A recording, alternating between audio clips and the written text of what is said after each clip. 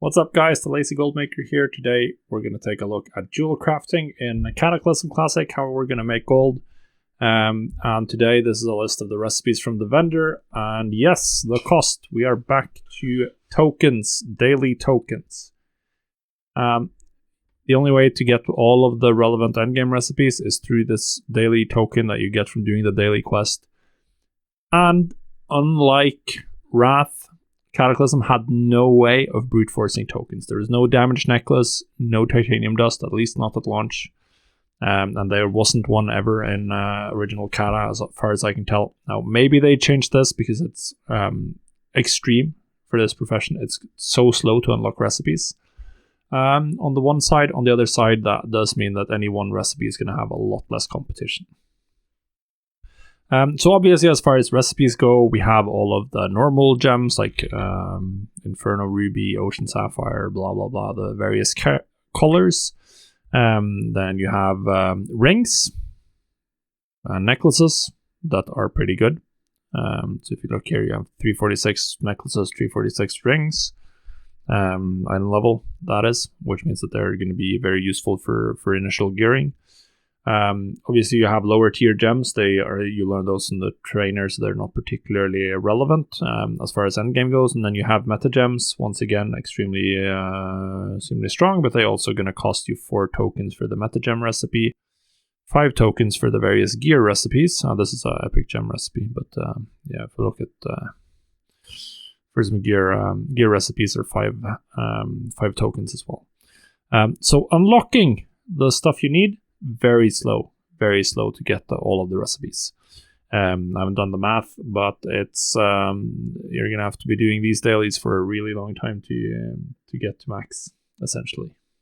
Now for prospecting, we have 3 ores that are prospectable in Cataclysm. I'm not sure if pyrite is at the beginning, but we'll see. Either way, I don't think pyrite is going to be relevant. I think we're going to be using elementium and obsidium ore. We can see elementium ore, which is the higher tier one, has about 3 times higher chance of getting rares per prospect, but you get less uncommons.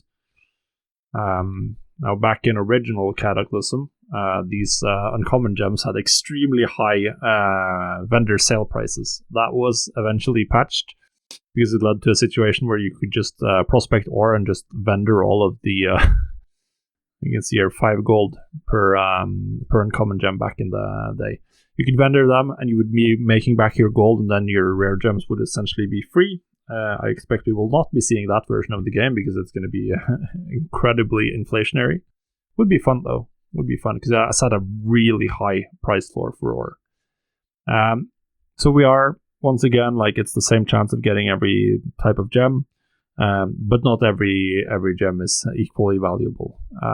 Not every gem is equally valuable. The red ones are the most valuable. They have main stat. That's typically going to be the best stat. But obviously, you are going to have cases where mastery or haste or crit is actually a higher value for your class, and they might prefer yellows. Either way, there's quite a few potential recipes to go for. You have the pure crit, pure haste, pure mastery. You have the pure main stat. You have the various combined versions here. And since the unlock schedule is really slow, then there's not going to be that much competition early on. Even though we are all on like fairly high mega servers now after they consolidated everyone, it's going to be a very interesting market. Sadly, like at launch of TBC, at launch of Wrath, it was worth it to pay like fairly high prices to get recipes, just because it would allow you to sell your gems faster when you were doing prospecting, because finished gems sell a lot faster than the raw uncut ones in general. So that's definitely something you want to do, but if you want to get one of each color, that's going to be 18 days before you can get one of each color, assuming that you start doing the daily day 1. So getting your jewel crafter high enough skill so you can start doing the daily, that's really important, because it is going to take a long time to get it. You also have the fact that these gear recipes are really good. 346 gear, going to be very sought after to just grab some of that if it's not too expensive. So obviously this might be too expensive depending on how prices shake out. They do require a lot of volatiles. We're looking at 75 volatiles for each of these. That is a potential issue. But it is 346 gear, which is very good. So, and if most people go for gems, then you might be setting on one of these recipes with really low competition, and you could get some good value out of that. Obviously, I would pay attention to any previous gearing guides once they're out. If any of them mention any of these crafts as like pre-bis, get it, then yeah, that recipe is going to be a huge priority. Because that is pretty much the highest stamp of approval you can get. But yeah, overall, Jewelcrafting is looking good. It's kind of annoying that you can't unlock quickly, but that does also mean that competition is going to be a lot lower on any one recipe. So it's going to be very interesting to see how this plays out the first couple of days. It's going to be extremely important to log in every day and do your dailies.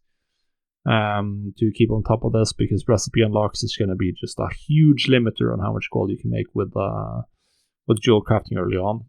But once you get some recipes going, you are going to be cranking out gold, I expect.